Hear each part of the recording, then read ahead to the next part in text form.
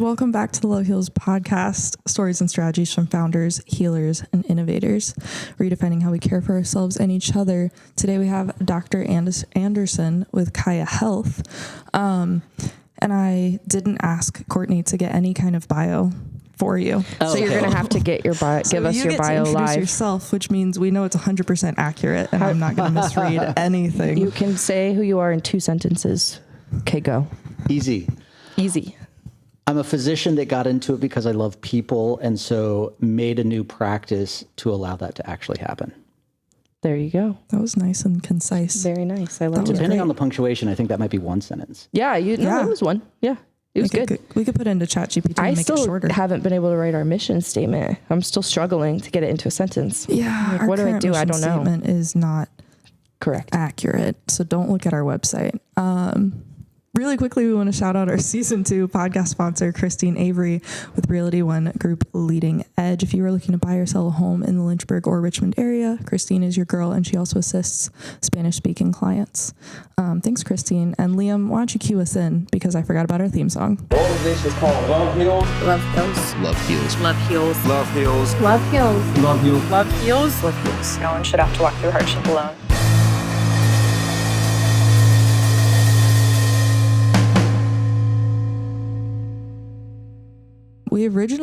How did we originally meet him? Was it through Lindsay? I think Jessica told us to go talk to you. Oh, from next door, yeah. I think that's what the happened. Happy Waffle. Yeah, that's what it was. We were talking about how that came to pass, and I couldn't put my finger on exactly how. I remember the conversation, but I don't remember how we got there. Yeah, Neither. I think we just showed up and started talking to you about things, and you obviously are busy and we're busy. So anyway, we just kind of connected. I was like, I love that. And then that was kind of the end of that. But we were like, let's bring you back on to actually talk to an audience about kind of who you are and what you do. So yeah. What is Kaya Health? Like, let's start with that. What is this practice that you have? Can I start with my origin story? I was going to ask about your origin story. Yeah? I don't tell Courtney, just tell me. She doesn't want to know. Okay, Sarah.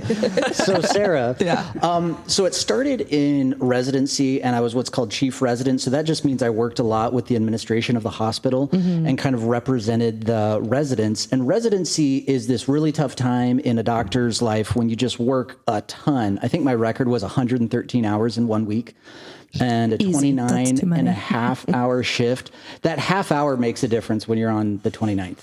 And so it was this kind of rough time, and all docs deal with this. And I decided at that point that I didn't want an administrative heavy practice wherever I ended up. And so I ended up working at a place that was physician run, and they did their best. And I used to get about 20 minutes per patient, which was enough. That's still a pretty quick clip, but we'd get through it. We could get what they needed. And then insurance just started paying less. So the boss, I think regrettably, he wouldn't have liked this, but it was just the nature of it. And I think it's the nature of healthcare across the nation. Said, hey, we need to see more patients. Insurance is paying a little less. And so we did. And ultimately, I went to 17 minutes, and then it happened again, went to 13 minutes per patient. Then I went to 11 minutes, and then I went to 9 minutes per patient. I did that for about a year and a half. And hard work is not a problem. That's my happy place. But so the average family doc works 11.4 hours a day. And I started coming an hour early because I just have enough time. And so that wasn't enough. So I then additionally stayed an hour late every day, and that wasn't enough. And so I shortened my lunch. And in medicine, you don't really get like a lunch hour. But this was even shorter. And so it was 8 minutes. It was a sandwich on the way to the bathroom. Your lunch was 8 minutes? Yeah. Nice. Like I had it down to a fine science, like literally a timer on my Casio Walmart watch. And then it was, so let's see, sandwich on the way to the bathroom and a bottle of water on the way out. And then I do it for another 7.5 to 8 hours, seeing patients. And that's usually like somebody's full work day is what I did just after lunch, an 8-minute lunch, mind you. And so I did that for a long time. And then my notes started falling behind. And so I started getting up at 4 a.m. every Saturday so that I could finish my clinical notes. before my kids woke up. And we had 3 kids at the time. And so I did that for over a year and a half. And it was just chewing me up to the point that I became depressed, which is not my MO. Like, that's not how I live, thank the Lord.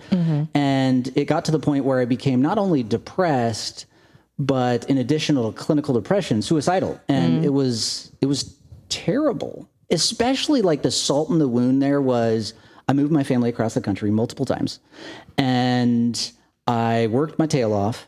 And I did it because I wanted to help people, and I didn't feel like I was helping people because you can't do it so much in 9.2 minutes. No, not Right? usually. Yeah. I mean, we've been on this podcast for almost that much time already. And then I'm in an unholy amount of debt. And just all of that, and the fact that I took an oath to do no harm, but despite my best efforts, I didn't think I was helping anybody. I don't think I was overtly hurting anybody, but I wasn't doing what I set out to do when I got into medicine. And so that just cut me to the very center of who I am. I became depressed and suicidal, and ultimately survived that with the help of some folks. And then a much longer story made short is tried to be the change I wanted to see in the world. And so I got rid of insurance because that was the thing that precipitated this whole thing. It was insurance is paying less. We needed to see more patients. And again, this practice did their best in the circumstances, but I was in a position where I could do something different that aligned with what I wanted to do and why I got into medicine. And so I did. And thank goodness it started here in Boonesboro, actually just down the street. Nice. Right. Almost like the same parking lot as Milano's, if you know where that is. It's right next to Kroger. Yeah. Okay. And it was a Pilates studio. Okay. Started with nothing. Yeah. Like I heard this method of doing practice a little bit differently. We charge a monthly fee. It's like Netflix for your health. Right. So you pay a monthly fee.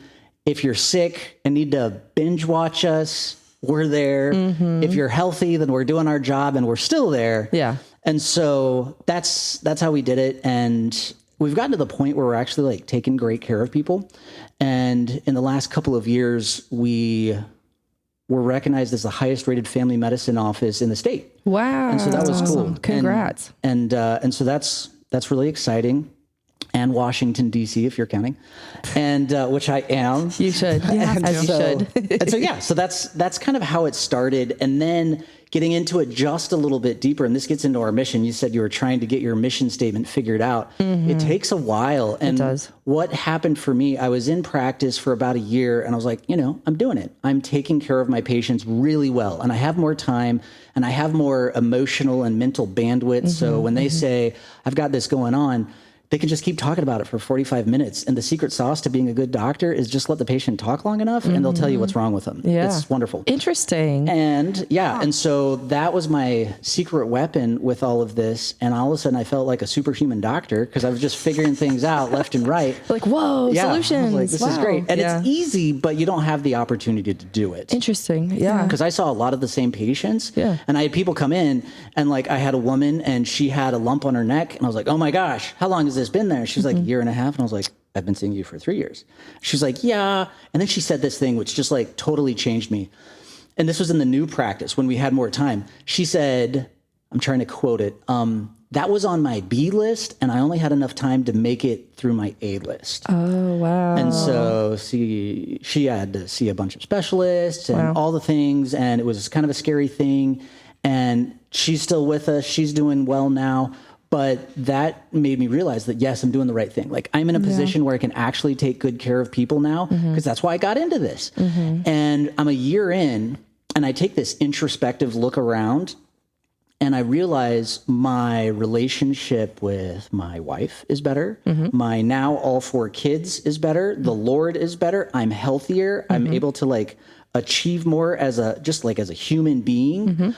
And that is when my mission statement was born for me. And it was to save 2 lives at once, because that's what I'm doing as a doctor, trying to save, extend, help lives. And then for me, quite literally, this change saved my life because I started with, I was in this suicidal depression. And so I wanted to create a place that was a bit of an oasis from the crumbling healthcare system and all of us docs and nurses and everybody in between who's become the collateral damage. And so the reason I think that our practice has been successful is because what I look at my job is to take really good care of the people who are taking care of everybody else. So take care of the doctors and the nurse practitioners and the nurses and, whomever else that we're able to have on our team. And so then they're able to do their job the way they want to do their job, just like the way I'm able to do my job. That's and amazing. Yeah. It's been awesome. That's awesome. How many years has Kaya been open? 7.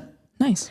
How have your nurses and doctors, have they given any direct quotes of like how their experience is working with you versus the traditional system, or what feedback have you gotten on that front? Lots. I literally have a folder in my email that's titled compliments, and I keep track of this stuff because you kind of just need to on the bad days, right? Yeah. And I want to make sure I'm tracking in the right direction. And like I meet with every one of our staff every month, and one of the 3 questions that I always ask is, "Do you still like your job?" And thankfully they've said yes. And if they ever do say no, like we're in the position where we can tackle that. Yeah, you can change it. And yeah, and so lots. I mean, I take it as a massive compliment when, like, I had a nurse practitioner the other day said that, like, I'm going to die here. And you got to take it in context. And the context was that she's going to stay here as long as she's working. Right. Yeah. And she's in the beginning of her career and she's doing a great job.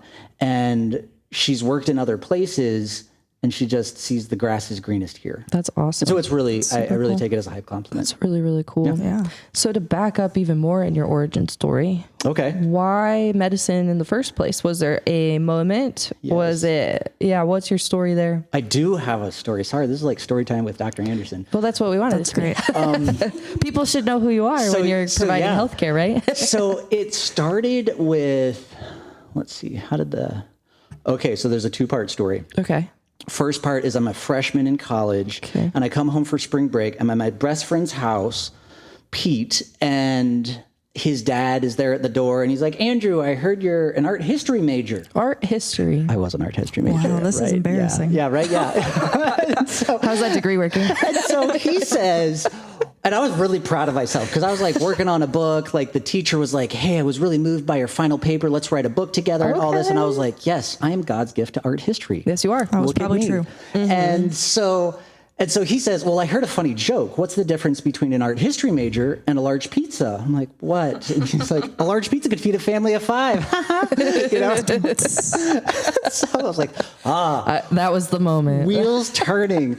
And so that's what started the process. I'm like, okay, maybe I'm not going to change the world through art history of all things. That is a funny thing. That's so funny. What's a Kairos moment for somebody where it's like this night and day. Anyway. Right? Yeah. So And so hilarious. it got the kind of wheels turning, and I wasn't very smart back then, so it took a while. This is your And- doctor, everybody. Yeah, right. and so then I do a 2-year mission trip for church, and Okay. so I got sent to the Philippines. Okay. So I learned an unwritten language on this little island, and I was on this far-flung area, and we lived in what can best be described as a treehouse. It's not at all what you're thinking of. Like we had running water most of the time. That's cool. But and electricity about half the time. And so anyway, it was just this kind of very rural area. And one night you hear the distinct sound of metal on pavement. Okay. And there was an accident. And so it was between 2 motorcycles. One was like a dirt bike, and it was driven by a drunk driver. Okay. And the other one was an 11-year-old and on like a motorcycle and then like a sidecar. And the 11-year-old was actually driving, which is not abnormal out there. They don't have big roads like we have. And so nobody's going super fast. This drunk driver had been going pretty fast, especially for the road. And then his mom, the 11-year-old's mom, was in the sidecar. And so we run out there, and it's me and another missionary from Texas and 2 Filipino missionaries. And so we all lived in the same house, air quotes, and we get out there, and the villagers had come around, and everybody's seeing what's going on, and this the drunk driver, he had broken his leg in what looked like 2 places. Like he was laying on his back, and his ankle was about shoulder height with him, like it was cranked around. It was just super unnatural looking. And so they're like, get up, walk it off, you pansy, sort of stuff, rip some dirt on it, sort of message to this Sure. guy. I was like, no, don't do that, And I was an Eagle Scout, and that's all the medical experience that I had. So I was like, Throwing Girl Scout cookies at it. I had the first aid merit badge, and unfortunately, no Thin Mints, and so.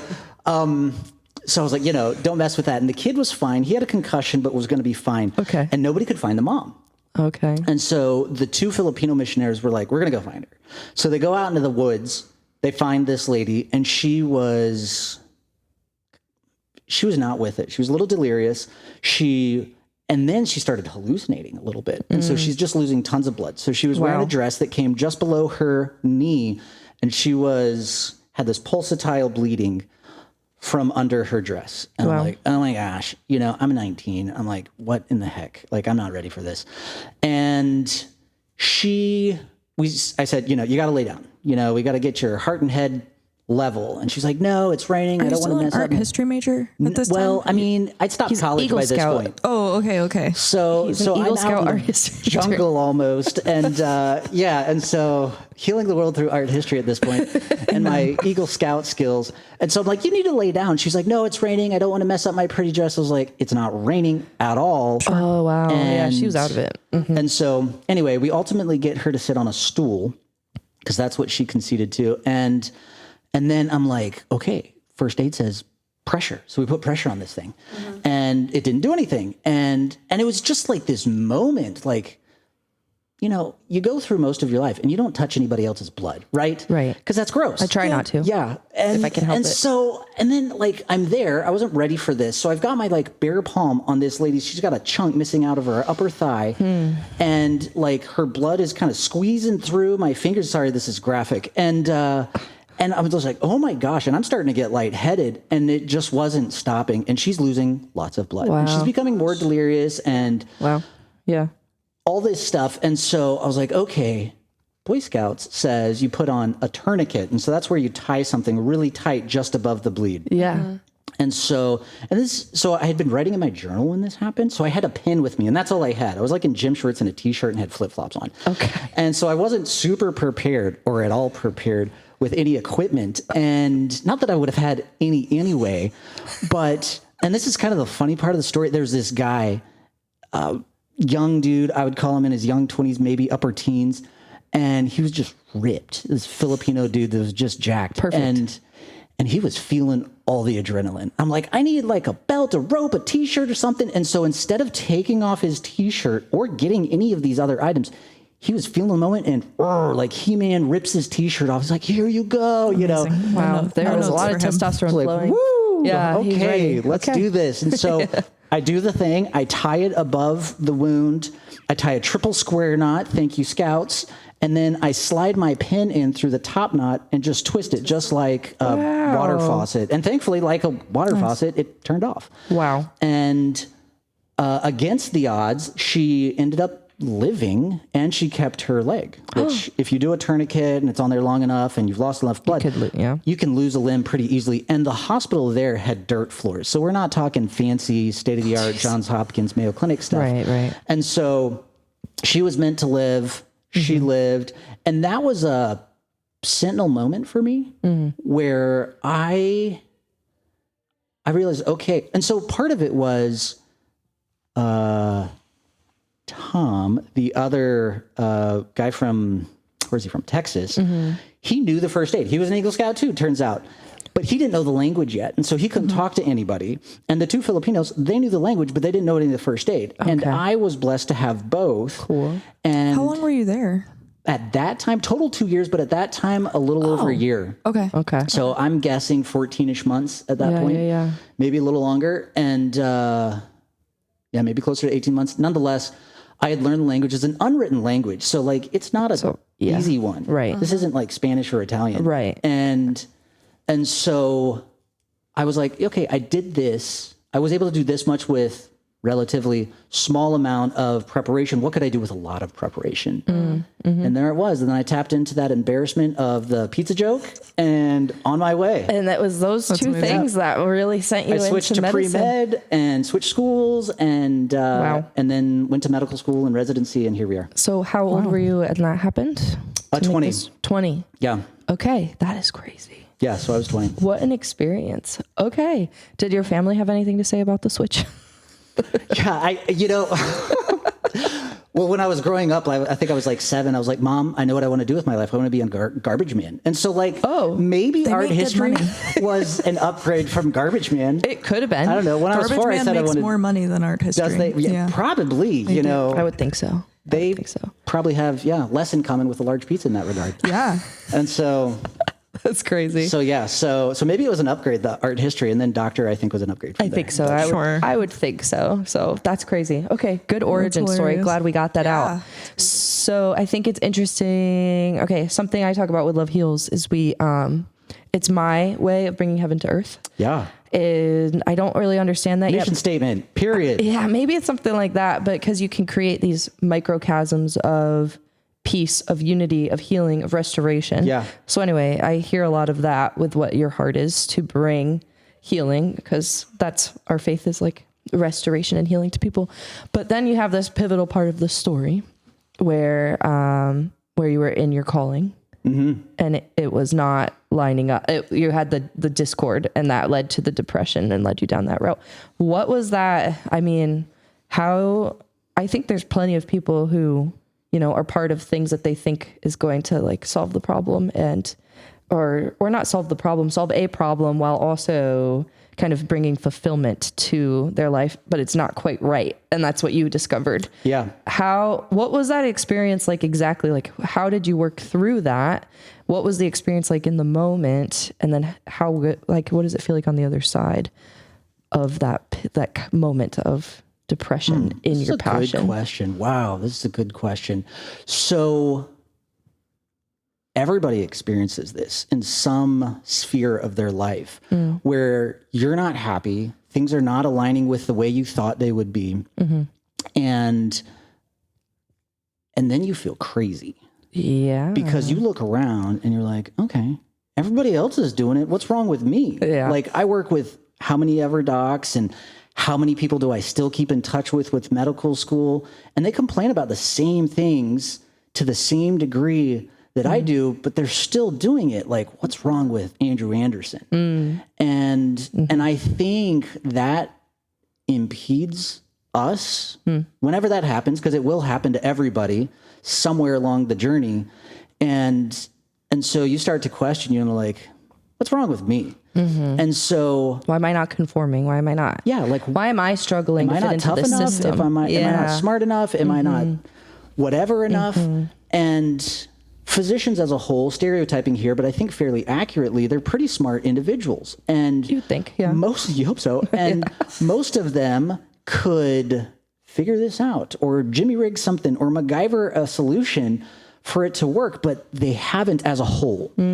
And I think there are some things happening, like I'm evidence of that, where, let's part from the status quo and see if we can't do it better, and thank the Lord we are. But I think that's the first part of that, is overcoming that moment where you think you're crazy. And if you can do that, then sky's the limit. I mean, once you do that, you're like, oh no, like we can do things better. And I do have the capability, like the Lord is not going to bless me with something, an obstacle, a trial, a difficulty that is beyond my ability to overcome, whether I'm overcoming it through my own grit and ingenuity or learning how to cope with it through faith. And once you can overcome that, I think I'm crazy moment, that's I think the first step. Yeah. At least it was for me. How long were you in the I might be crazy moment? Like year and a half. Year and a half of crazy. Yeah. Okay. And that was the depression era. Yeah. Okay. Gotcha. And so just showing up, doing the same thing as everybody else wasn't working for you. Yeah. And then some people will try to pull you back down. Not that they're trying to, but they'll be like, nah, I do it, so it can't be that bad.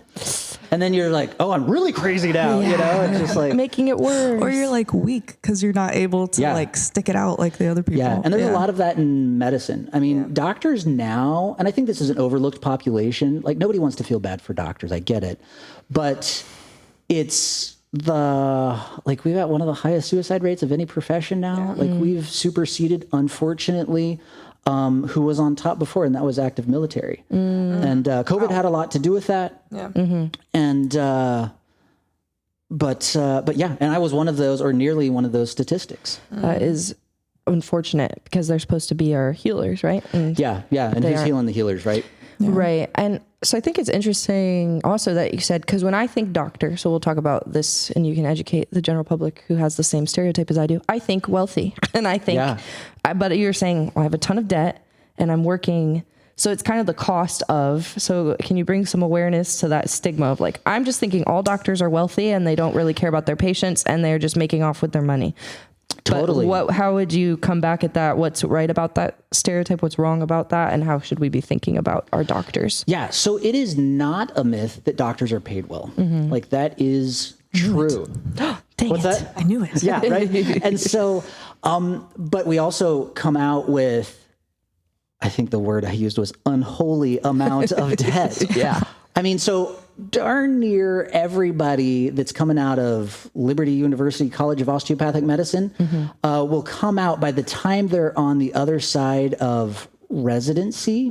So it's roughly 4 years of undergrad, college, and then 4 years of medical school and 3 to 7 years of residency. 3 to 7.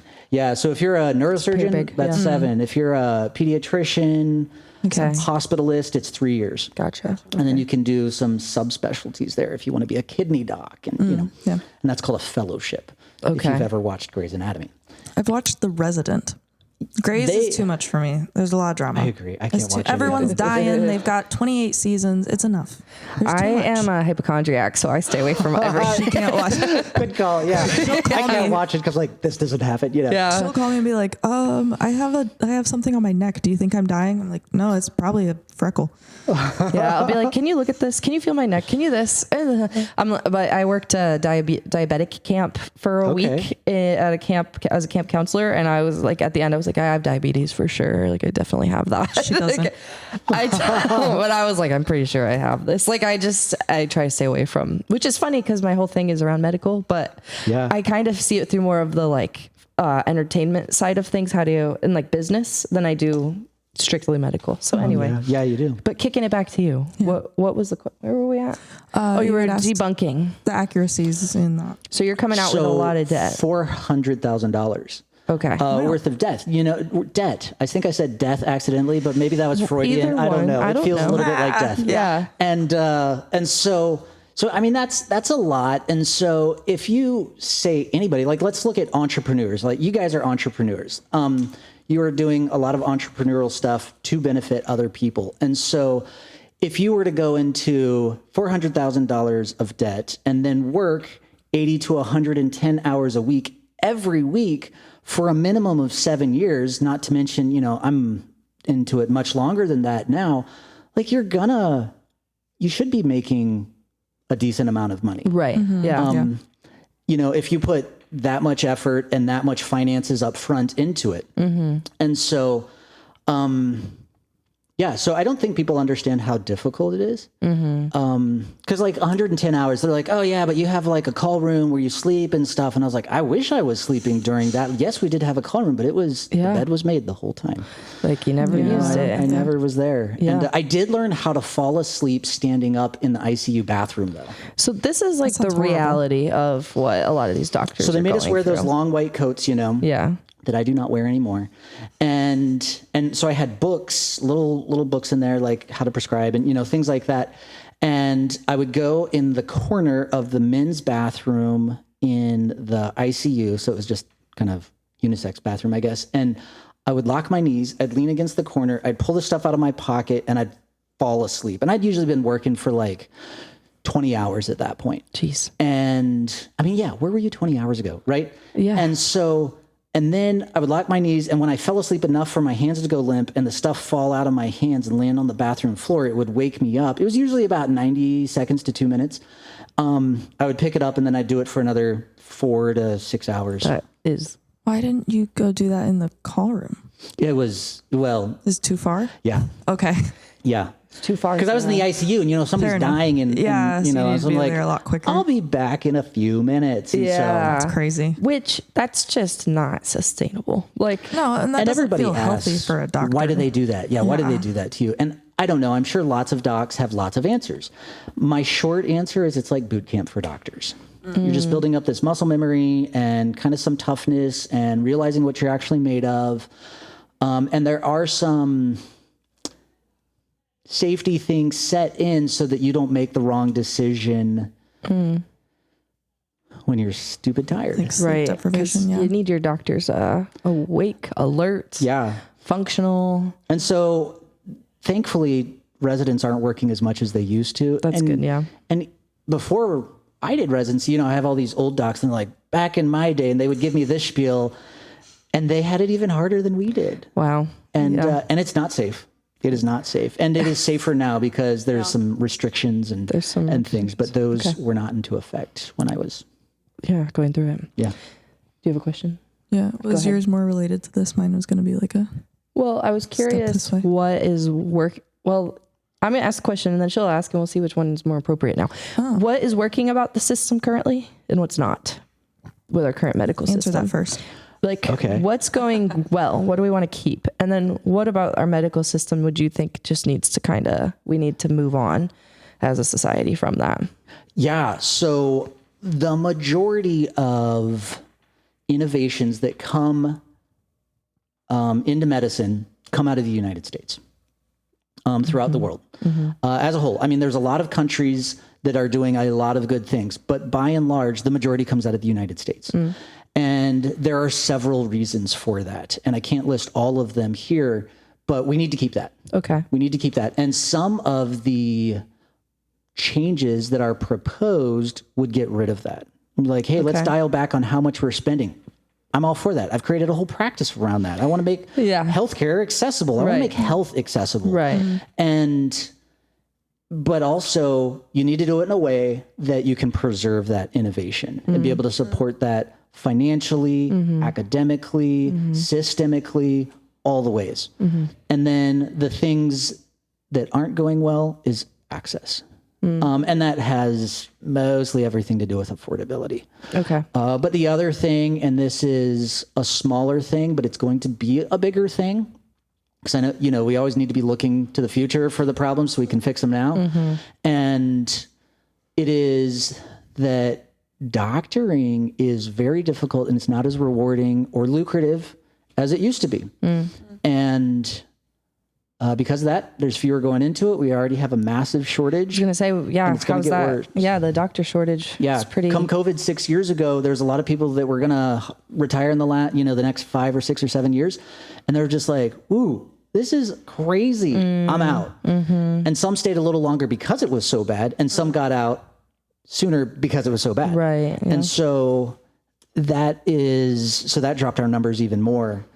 And it's not as fun to be as a doctor as it used to be. Okay. And so because of that, there is not as many people going into medicine, and especially people going into primary care, which if you look at like just about every study ever done worldwide, WHO has done the most on this that I'm aware of. It is healthcare is almost directly associated to somebody's access to a primary care doc. Like the health and wellness of the entire community, nation, whatever, both apply, are directly tied to that. But family docs, pediatricians get paid the least. That's second lowest and lowest, respectively. Gotcha.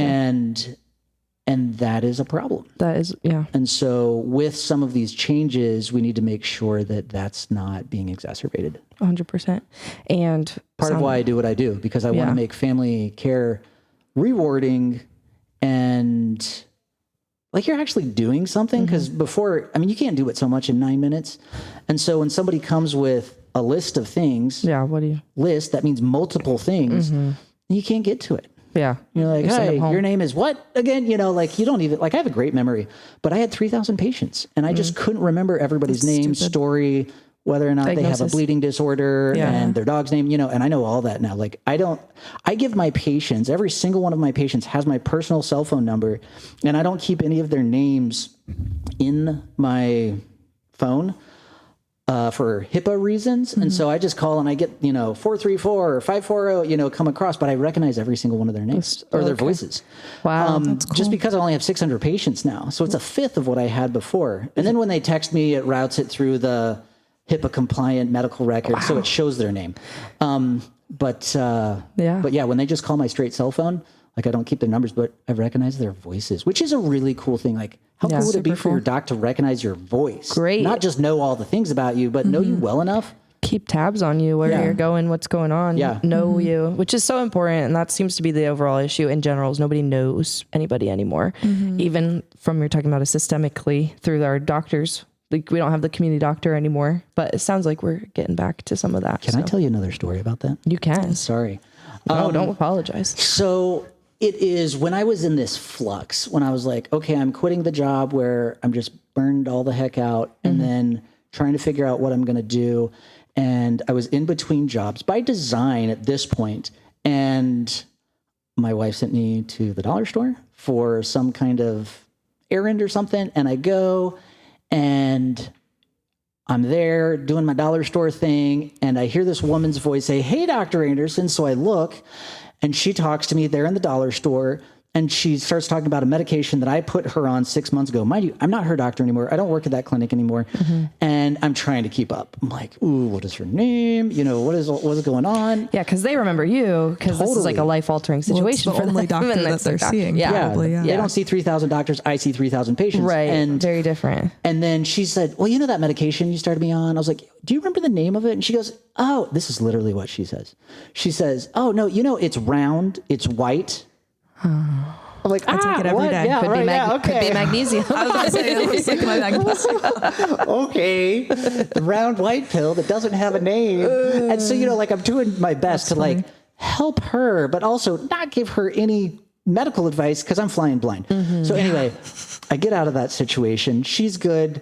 And I'm like, okay. So I zip over to the next aisle and I'm very focused on whatever's in front of me. And so just so like, we don't have that awkward, she passes by again and like, hey again, because the dollar store is small. It is. And so what am I doing? I'm staring at, I don't know what you guys call them, but in the 90s, we called them scrunchies. Okay, hair bands. Yeah. I call it a Hair scrunchie. ties. You call it a hair tie?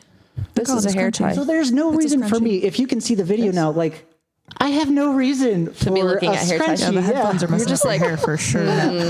What are these? So I'm looking at this and I'm like, oh my gosh, I'm not fooling anybody. And right as I think that, I hear now in a male voice, "Hey, Dr. Anderson." I'm like, where am I? Am I at work? Dollar store. And this gentleman comes and we start talking about his hip pain. And it takes me a good 30 seconds to figure out which hip he's talking about, which is a really long time when it's just you and him. And 2 hips. Yeah, right. I'm like, you have a 50 shot, you know? and so finally I'm done with that conversation. And I love that now. I love it when patients talk to me now because I know them all and I know their kids and I know their dog and I know their grandchildren and I love it. And so if you're listening to this and you're a patient, please say hi. And I was not able to do that. And I get out into the parking lot. I'm in my shorts and t-shirt because I was working in the yard with my wife and it was summertime and I had this light bulb like the size of Texas, just this moment. And I said, I'm a specialist. Like I don't specialize in the heart like a cardiologist or the brain like a neurologist or, whatever ologist. Like I am a family doctor. I specialize in the patient. That is my specialty. And right now, because of what has happened, I don't know my specialty, dang it. And that That's crushed cool. me. Yeah. And so that really cool spurred me to perspective. change that day. So 93 days from that moment, I opened and saw my first patient. Wow. And so his name was Gary, and he's very comfortable with me sharing his name. Hey, Gary. He will Gary. sign, like when he makes comments on our Facebook, he'll sign like patient number 1 or like, Oh, I love that. he's great. He's a good buddy. And he was a patient with me before. And I was in this built out Pilates studio because I had like nowhere to build. And we had great floors though, because it was a Pilates Yeah, studio. you did. And so it was dark, it was dim. And the only light we had was the light from the window.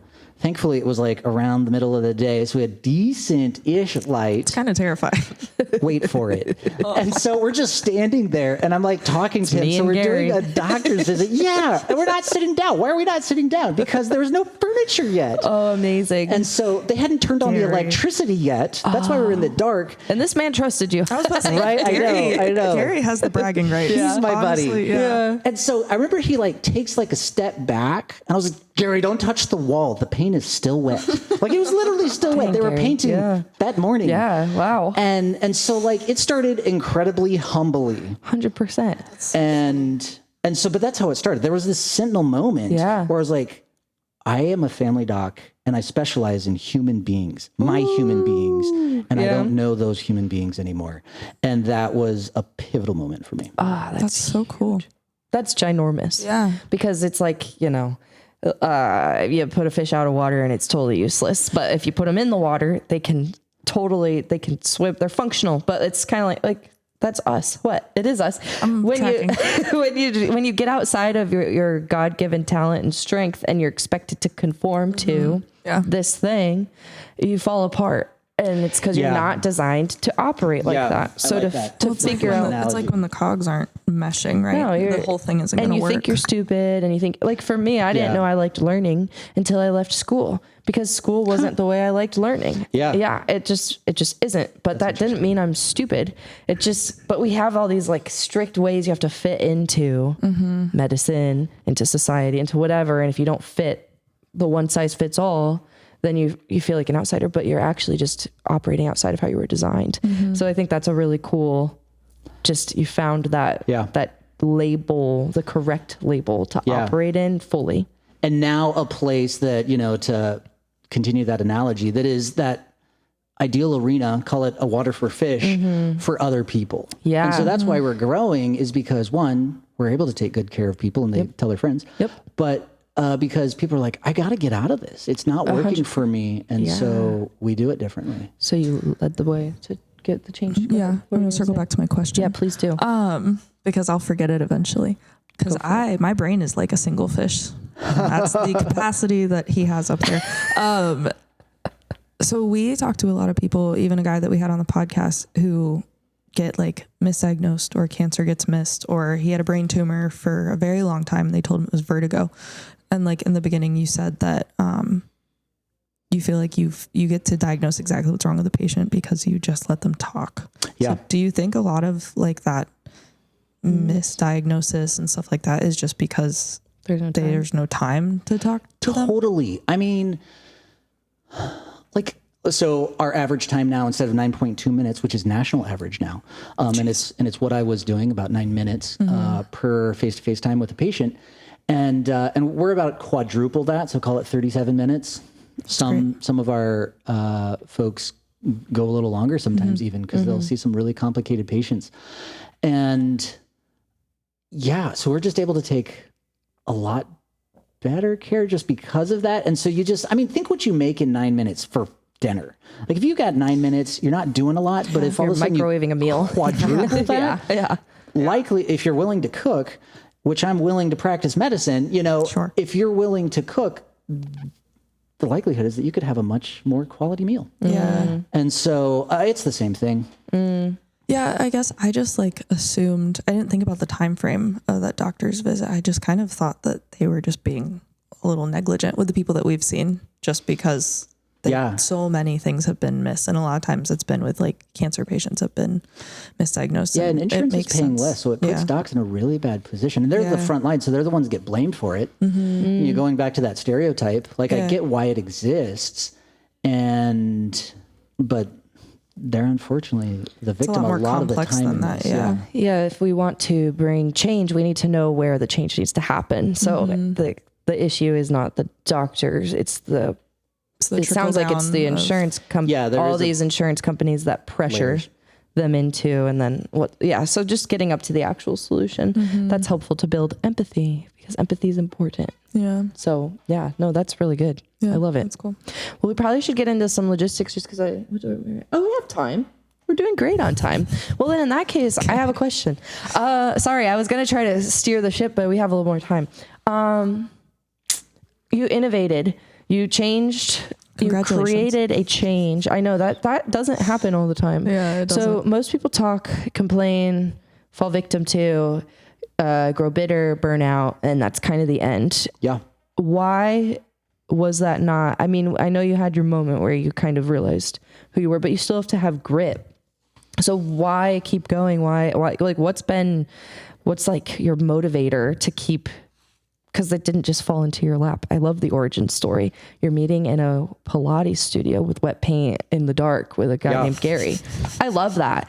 Why, how did you push through all of the things, and what are some of the main hurdles you had to overcome to keep this thing growing for 7 years? So my wife is quite risk averse. Okay. And and so when she came to me, and I just like spout this off, I'm spouting off goofy ideas all the time to my dear wife. Yeah. And she was like, she, to her credit, understood that this was different. And she said, with her risk averse self, said, we're in, like, all the way. Wow. And so when you make a decision that's big like this, you essentially burn 2 or 3 things at once. You burn your life savings. You burn through that, because I wasn't prepared for this. Like, hey, we're going to build out. You're talking about entrepreneurial, not just practicing medicine. Yeah. This goes beyond that art degree. Totally. It totally does. And that's saying something. Yeah, you burn some bridges too. Yeah. Which is scary, because there's people that you trusted and trusted you, and you don't want to betray that, of course, but sometimes it comes across as that, unfortunately. Well, now you're a competitor too. Yeah. And so there's people that, like, I really enjoyed our friendship, and I was always worried about burning some bridges that way. And then the third thing, and I think this is where the success comes in, you have to burn the life rafts. Like, if that ship goes down, there's no plan B. Yeah. And so you got to be all in. So you got to bail water, you got to patch the hole, you got to do all the things. Yeah. And thankfully, with the help of my wife and a guy named Dr. Ferrago, who helped me structure this, because he'd done something very similar, and he was so cool. He just pretty much opened the hood on his whole operation, said, take notes. Wow. And I mean, I owe a lot to that guy for helping me in that way. And then just having no plan B, really, you get to learn what you're made of.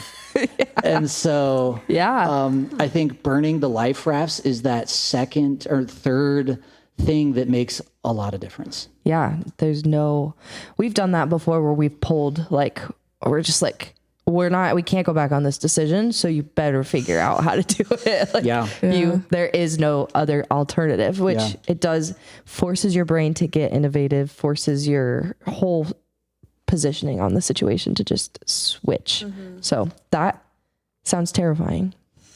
How do you even motivating? I like burning the life rafts, actually. I think that's a great thing for people to hear. Well, because I am a very I'm also risk averse. Yeah, I've had to learn, because she's the one always spouting the ideas and the things. So we've had a learning curve of how does she spout them so I can digest them, and then how do I not try to pump the brakes because I see all the ways it could go wrong. But I like the burning life rafts thing, because that is not something that my brain would naturally do, but it's something that we have done, that we've had to like learn. But the phrasing of that is, I like it. We're going full steam ahead. All in, patching up the boat as we go. So as you build a business, I mean, what was the hardest part about starting Kaya? Like, what was there just moment? So like the general model we do is something called direct primary care. And the direct means you just get rid of all the indirect stuff, insurance and all these other things. Straight to consumer. And so we started doing something a little bit different than what the typical does, because most are just a one doc shop. And I was like, no, I want to share this. I want to be that oasis for people from the, from the crumbling healthcare system. And so not having anybody to look at, because we're at the point now where we're the first in many venues, or many aspects of this growth. And so making it up again every single day is tiring. Yeah, it's exhausting. And you're like, what am I doing? I don't know. Like, you can't phone a friend. You can't, who else is doing this that I can call? Yeah. And so I think that's the hardest part is you just can't look to the left or the right of you and say, what are they doing? And I asked for this because before I was like, everybody's doing the same thing and they're doing just fine. Apparently they're surviving at least. So I'm crazy. Yeah. And so now I do something different, and different is what it has been. Yeah. And I was thinking about that this morning. I was like, I can't get mad at myself because I did we do this on purpose. You chose this. We wake up every day and do it on purpose. So I would say, as a whole, that's the hardest thing. There's no one to look to. Yeah. So what's your not end goal, but are you trying to franchise? How do you want Kaya to grow? Good I guess. question. Yeah. I want us to stay true to why we started. And that is a solid relationship for the people that we've taken an oath. Not many jobs can say that they took an oath to do a good job. And I take that really seriously. I remember the night before I graduated medical school, my family comes in. When I graduated college, I was like, don't even come. I'm going to go to medical school, but you better be there. Yeah. Yeah. Don't even come here. And Yeah. so my dad was like, fine. My mom was like, what? But it was a little different, moms being moms, Moms, and yeah. my dad was Classic. like, fine, we'll see you in 4 years. And, and so I remember not sleeping hardly at all. And I love my sleep. And so In very the important. bathroom, standing up. yeah, Give it a right. fuck. Yeah. And I remember just thinking over and over, what am I doing? Because I was going to stand up and take an oath that I would, the short term is do no harm. There's a much longer thing that you read and you take this oath. And I read it and read it and read it again. Actually, there's several versions of the Hippocratic Oath. And so I read every version that I could find in English. And that really, I just don't take it lightly, I guess. And so this started with I really want to take good care of people. And then we had those 3-ish years where I just felt like that was fading and where I was working really hard, but not having a lot to show for it. And my dear patients who put a lot of trust in me also did not have a lot to show for it. And so I created a practice so that we could be much smaller patient panel, take really good care of people, have not only the mental bandwidth, but the emotional bandwidth, because when you have a new patient every few minutes, you can't care anymore. Yeah, that's true. You have to, yeah. Oh, I'm sorry. Yeah, okay, that's what it sounds like, and that's what it feels like to you as the doc saying it, that you can't feel it. And that's bad when somebody who's caring for you doesn't care anymore. Yeah. And so I want to create a place and grow enough to meet the needs of our community while still having a structure that allows and enforces and engenders the opportunity to care. That's good. Period. That's cool. Period. Nice. Period. Drop it.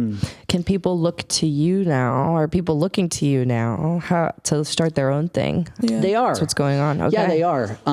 That has to feel pretty It's cool. cool. It's yeah. cool. It's a full circle moment because I reached out to this doc that I mentioned earlier, Dr. Farrago, and he helped me in that way. So hoping to pay it forward. And I've been blessed with the opportunity to do that, speak nationally to conferences and things with other doctors. So it's been neat. That's awesome. That's really cool. And That's great. what are you guys looking forward to in the near future with Kaya? Is there anything you have coming up that you're excited to launch? So we are doubling our square footage. So we're moving to a whole new building and Jessica's doubling our gonna square miss you. footage. That's so cool. But that's And exciting. just down the street, we're going to be Okay. 1.6 miles down the road on Forest and Wait, if I'm looking at it this way or this way? towards Roanoke or Okay. towards Bedford. Okay. Got it. Yeah. From where we're at.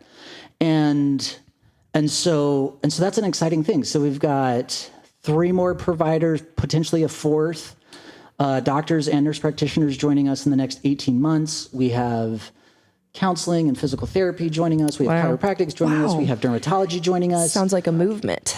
Holy So cow. things are really good. And what's such a blessing is I didn't put a wanted ad for any of these. They just Nice. found They you. have all reached out to us. And You so pulled. You attracted. it's really And- cool because now we're in the position where we get 10, 11 people apply, and I can be a little bit more selective.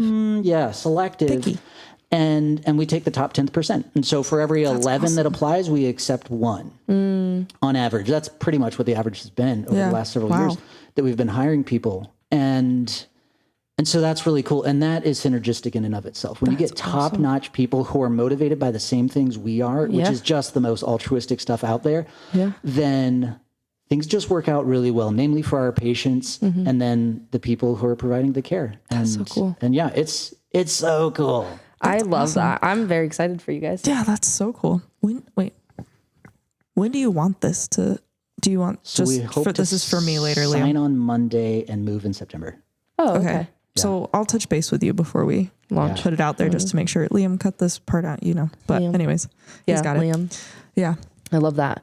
All right. Well, I was Do you have gonna, any- do you have any I other was gonna say questions? something else. Oh, sorry, I didn't know. I wanted you to run through really quick just how it works. Like, Yeah. what is the process from start to finish with someone who wants to go to Kaya? They're interested. How do they get there? What do they do? And what can they expect? Yeah, you sign up online. Part of the story that I didn't tell is a few months before I had this aha moment outside of the dollar store was I wrote kind of in this fit of frustration. I think it was 7 things that the ideal practice would look like. I think I'm a little bit of a romantic on the back end, like an idealist. Yeah. And so I was like, things that weren't rooted in reality, nothing that I'd ever seen happen for sure. It was like, there'd be no waiting room. When somebody calls, they talk to somebody clinical immediately. Like that does not happen. Like the time in our office was a long time, a long, long, long time before somebody quote unquote clinical answered the phone or got to the phone. And just all this stuff. You'd see the same doctor every time. And, just these things that my patients complained about. That's what generated this list.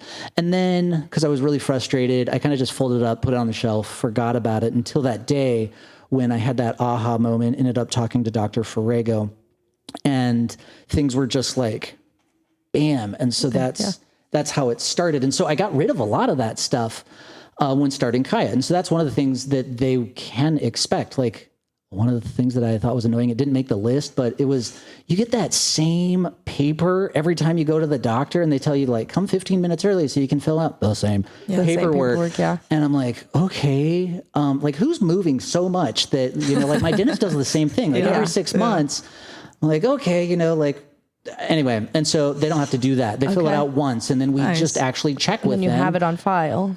And Which say, that makes like, sense. has anything changed? Something like that. Like have an actual human conversation instead of putting it on paper. And so, because the doctor's going to look at it anyway, so it takes roughly the same amount of time, but I actually have a conversation with the human that you're caring for. Yeah. And so, wild. right. And so they'll see the same doc every time. They know what they're expecting to pay. That's another big thing. Cause sometimes, if you look it up online, you'll see videos all over social media about like, I got this bill from the whatever, fill in the blank, ER, hospital, doctor's office, and I was charged $210 for one of those flimsy little slings that you can get at the dollar store. That's what my daughter was charged when she broke her arm. Oh, wow. When she was a little girl at the hospital. And so and I know that those cost less than $2. And so, right. Yeah. They're 100-fold increase. Yeah. And so things like that. So they will know what they pay. So they pay the same amount every month. If they get blood work, we were also very blessed to be able to negotiate those prices down to about 1/10. So 90% cheaper than what is charged at other places. Okay. Yeah. And some of them are even cheaper than that. Wow. Like, so if you get like something called a CMP, a complete metabolic panel, and that's something that most everybody gets when they go to the doctor's office for a physical or something. Like average is just shy of $200. Around here at our office, it's $10. And so like, I want to make things really accessible. And so in addition to that, we give all of our patients our cell phones. And so the nurse practitioners, the doctors, myself, they have our cell phone number. And everybody's worried. Everybody asks the questions, well, are they going to like overutilize it? It's going to be this what about Bob moment. I don't know if you've seen that movie. But who are listening of the right generation will have heard that. And so it was filmed at Smith Mountain Lake. Wow. And so that doesn't happen because, it's the same reason you're nice to the waiter. I mean, hopefully more than one reason, but you don't want them to spit in your food. Right. Sure. And so it's the same thing. So people get it. They're not going to call you at 12:30 at night because they've been constipated for 2 minutes. Like they're not going to do that. Well, and missed opportunities. and Someone get on that. And so, yeah, I'll sign up just to troll everybody. No, just kidding. That's horrible. Joking. put Courtney with the new guy. Yeah. That's hazing. It's gonna be great. And so they'll have that. They have access to us. And so, because you don't get to pick when you get sick, you just don't. And so they can be like, hey, what do I do with this? And you can be like, as the doctor, you can be like, yeah, you need to go to the hospital. Do you have red flags A, B, and C? If you do, go to the hospital right now. If you don't, do this, or that. And if you're not better by the morning, call my nurse and we'll get you in tomorrow. Okay. And that's it. And so like that doesn't happen in regular doctor's office, at least not in our area. painful. Because there's a dearth of doctors, unfortunately. And the doctors are trying their best. And everybody's trying their best, but sometimes they're just not in the right setting, like you talked Right. about earlier. And so we've tried to create a setting that allows that. And so we're not magic. So while we get a lot of stories where people say I've seen 5 doctors and nobody figured it out, and you figured this out on the second visit, how did you do that? The truth of the matter is we've spent more time with you in those 2 visits than they have in those collective 5 visits. Yeah. And if you listen to a patient long enough, they'll tell you what's wrong with them. And then you rely on your medical training to know what to do with that. And so, you know, some people come to us hoping they're seeing the Wizard of Oz, and that doesn't always happen. You know, Right, yeah. sometimes it does, and we celebrate, Yeah. and sometimes it doesn't. We have to manage expectations. Okay. But yeah, so that's what they can expect. They just sign up online. It's a monthly fee, and then if they get blood work, we do ultrasounds now. That was another Okay. thing for me because I had people like, I was like, you need a echocardiogram. That's an ultrasound of your heart because stuff is going on. You mentioned somebody with lymphedema earlier. That's a very common symptom of heart issues where you need to do an echocardiogram. And it was $3,200 that they were being asked to pay. And I was like, oh And that's my with, gosh. is that with insurance? So that's, How does it all? so with and without insurance is a loaded question. Yeah, right. It seems So- complicated. Unfortunately, it is. Yeah. And it's complicated for me, and I deal with this stuff all the time. Yeah. And so I had patients that were getting much sicker or having to do something drastic financially to be able to pay for this 20-minute test.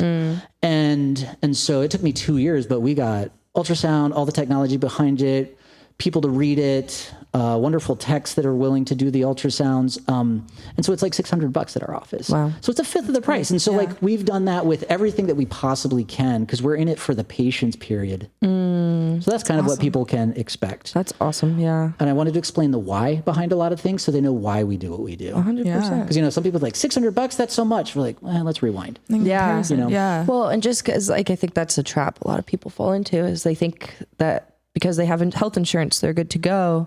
But then they run into barrier, and then symptom grows. And then, you know, even then at the end of the day, you might not actually get covered when you get there, you know? So it's just, it's so messy and complicated. Just trying to bring some light to alternative options or supplementary options or anything. So everybody asks, well, what if I have insurance? Yeah. Valid question. 50% of our patients do, and 50% of our patients don't have insurance. And the people that do, they're just like, yeah, I get better care because you kind of get what you pay for. And we even see people that with Medicaid and Medicare, and these are people that typically have insurance provided to them to one degree or another with Medicaid and Medicare, and then by their employers to a different level. And then we see people without insurance, and it benefits all across the board. in different ways, but it benefits all. 100%. I love that. And so if they need to go to the doctor at the hospital, like say they need to go to the hospital or to the ER, they just tap on whatever they've used to pay for it in the past, whether it's insurance or their savings. Because we see a lot of like farmers, for example, self-employed folks, realtors who don't get insurance through their job. And they're like, yeah, we just save.